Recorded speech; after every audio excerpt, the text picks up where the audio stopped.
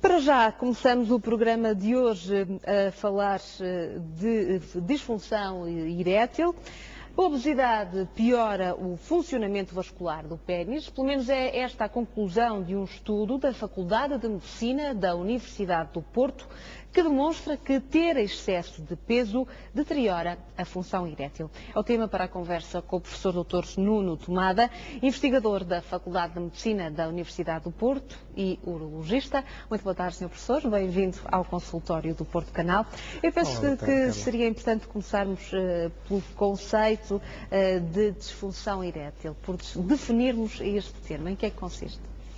Bem, nós já estivemos cá em Dia dos Namorados, já tivemos a oportunidade de falar sobre isso, mas antes de mais queria ressalvar que não sou professor doutor, sou médico urologista Nuno Tomada. A disfunção erétil é definida como a incapacidade persistente em obter e manter uma ereção suficientemente rígida para ter uma relação sexual satisfatória. É uma doença extremamente prevalente, também na nossa população. Nós temos já estudos próprios em que demonstramos que a prevalência na nossa população é cerca de 13%, e se ajustarmos essa prevalência à idade, verificamos que passa para quase 50%. Isto quer dizer que há uma correlação muito evidente com o envelhecimento. Só para ter uma ideia, a prevalência da disfunção erétil aos 60 anos é cerca de 10 vezes superior aos 40, mas não nos podemos esquecer que é uma situação, enfim, inevitável. Nós também sabemos que há uma correlação muito marcada com fatores de risco cardiovascular. Nós sabemos que a maior parte da etiologia da disfunção erétil é vasculogénica, mais de 80%.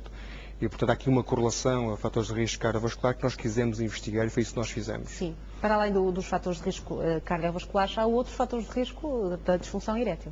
Há uma série de fatores de risco, além do vasculogénico, há neurogénico, há endocrinológico, há iatrogénico, aquilo que é provocado por nós, como médicos, desde as nossas intervenções cirúrgicas, radicais, mas certamente que a vasculogénica, como eu referi há pouco, é a mais importante, e foi essa que nos levou a fazer esta investigação neste mais de 2 centenas de homens.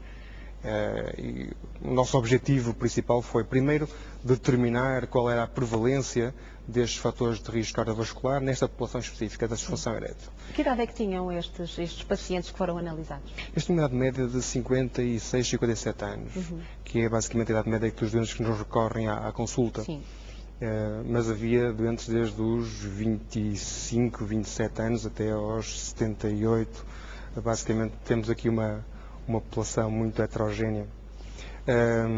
Depois, além de procurarmos a prevalência dos fatores de risco cardiovascular, também procuramos saber se dentro dos doentes que têm síndrome metabólico, que é um conjunto de indicadores de risco cardiovascular, dentro desses fatores de risco, se havia algum que tinha alguma importância maior para esse aparecimento da disfunção erétil vasculogénica.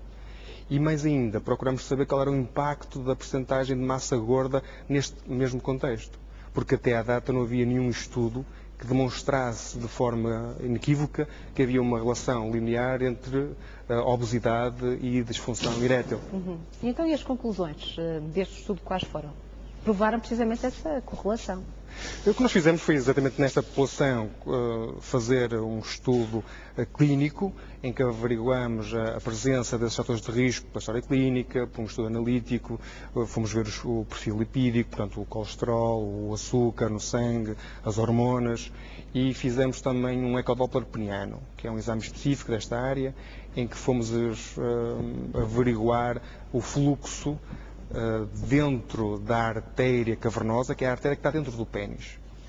E, além disso, fizemos uma série de medições antropométricas, uma das quais é muito conhecida, que é o índice de massa corporal, que é aquela fórmula matemática que incorpora o peso e a altura, mas também fizemos o perímetro abdominal, que é a medição do perímetro da barriga, e que na população portuguesa, quando está superior a 102 centímetros, no homem é realmente indicativo de obesidade. E o que nós verificamos é que, primeiro, existe uma prevalência extremamente elevada de fatores de risco cardiovascular nesta população.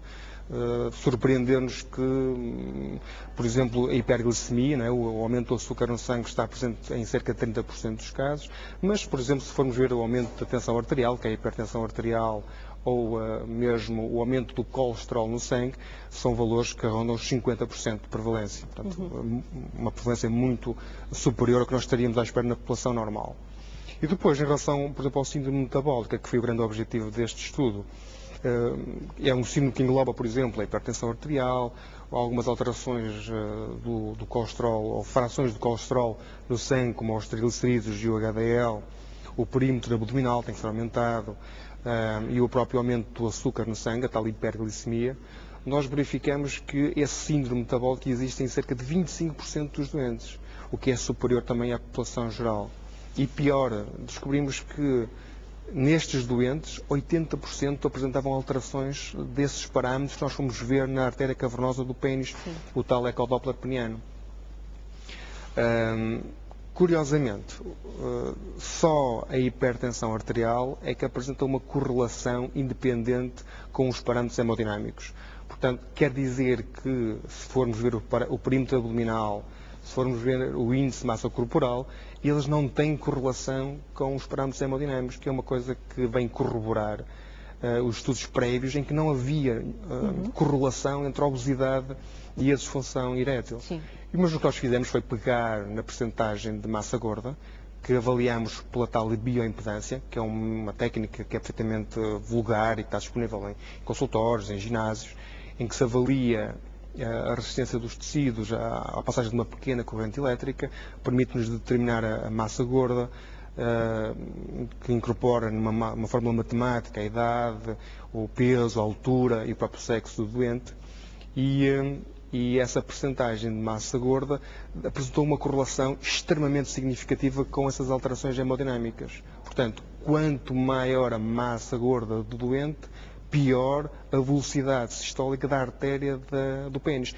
E é uma correlação extremamente, estatisticamente muito significativa. Sim, também em linguagem mais simples, significa que quanto mais obeso for um homem, pior o funcionamento vascular do pênis. Conseguimos comprovar que quanto mais obeso é o homem, obeso não quer dizer que tenha uma grande barriga, não quer dizer que tenha um peso superior à altura, porque são parâmetros que são pouco objetivos neste caso, mas com a bioimpedância conseguimos determinar que a nossa obesidade visceral, ou seja, o que está dentro do nosso corpo, quanto mais obeso nós formos, pior o funcionamento do nosso pênis.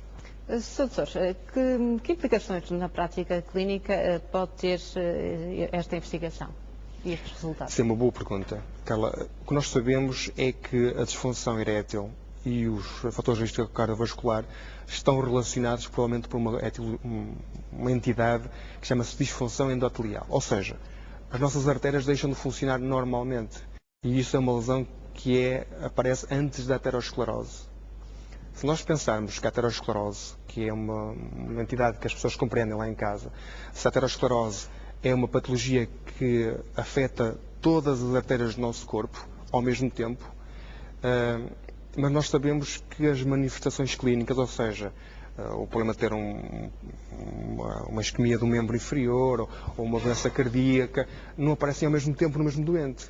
E o que se pensa é que o facto da artéria cavernosa ter um tamanho muito pequenino, cerca de 1 a 2 milímetros, é a primeira a apresentar alterações que no resto das artérias vai demorar mais tempo a aparecer, vai demorar mais tempo a ocluir a artéria. E é por isso que neste momento consideramos a disfunção erétil equivalente à disfunção endotelial. E só para ter uma noção, o facto dos doentes aparecerem no consultório com disfunção erétil, sem nenhuma manifestação clínica de doença cardiovascular, nós fazemos um estudo completo e é extremamente frequente encontrarmos um doente que não sabia que era diabético, que não sabia que tinha colesterol alto, que não sabia que tinha tensões elevadas. E pior, nós conseguimos informar o doente que se ele não alterar este estilo de vida, se ele não começar a perder peso, se ele não começar a fazer uma dieta saudável, com exercício físico regular, se ele não deixar de fumar, o que acontece é que tudo isto vai agravar a disfunção do seu endotélio e vai acabar num evento cardiovascular grave. Está perfeitamente comprovado que estes doentes, se não forem intervencionados precocemente, vão ter um infarto ou vão ter um AVC dentro de 3 a 5 anos. Isso é muito pouco tempo para intervir. Ainda, exatamente, porque ainda temos tempo. Eu gostava de falar da importância do tratamento precoce, como diz, da disfunção erétil. Sabemos que a disfunção erétil tem um impacto psicossexual muito elevado nos seus doentes, que muitas vezes têm receio ou vergonha em procurar ajuda. Claro, isso é um dos problemas que enfrentamos. Eu penso que essas iniciativas que nós temos tido ultimamente e os próprios mídias têm facilitado essa situação. O próprio Dia dos Namorados, com o Dia Europeu da Disfunção Sexual, foi muito importante nesse aspecto e nós temos que avisar e sensibilizar a população geral masculina e a feminina, porque também é muito responsável por trazer o homem à consulta, sensibilizá-los que realmente a detecção da disfunção erétil e o seu estudo vai ser fundamental para ele alterar comportamentos de vida. E é isso que estamos a falar. Primeiro e antes de qualquer terapêutica médica é alterar comportamentos. Alterar a obesidade, como este estudo comprovou, não só pela dieta, mas pelo exercício físico, e depois temos uma série de tratamento médico. Por exemplo, já se começa a preconizar, por exemplo, o uso de antioxidantes de uma forma da nossa idade, por exemplo. Começar muito cedo a fazer uma profilaxia com antioxidantes, não só alimentares, mas até de suplementos. Depois temos nos doentes que aparecem com aumento do colesterol, fazer, por exemplo, a estatina. O doente que aparece com hiperglicemia começar já a fazer o tratamento da sua diabetes, que vai ser um bom tema agora para o colega da endocrinologia, certamente. Portanto, há uma série de intervenções que nós podemos fazer junto deste doente que vai beneficiar e que presumimos que vai reverter esse tempo, que vai mediar até ao evento cardiovascular. Muito bem. Doutor Nuno Tomada, vamos terminar por aqui a nossa conversa. Agradeço a sua vinda aqui ao consultório do Porto Canal e parabéns mais uma vez por este estudo, que foi recentemente publicado no Journal of Sexual Medicine, portanto um jornal, uma revista da especialidade da nossa Sociedade Internacional. Da Sociedade Internacional. Muito obrigada pela sua presença, foi um prazer tê-lo aqui connosco. Quanto a nós, seguimos em frente para as curiosidades de hoje. O tema é disfunção erétil. Vamos ver mais alguns dados.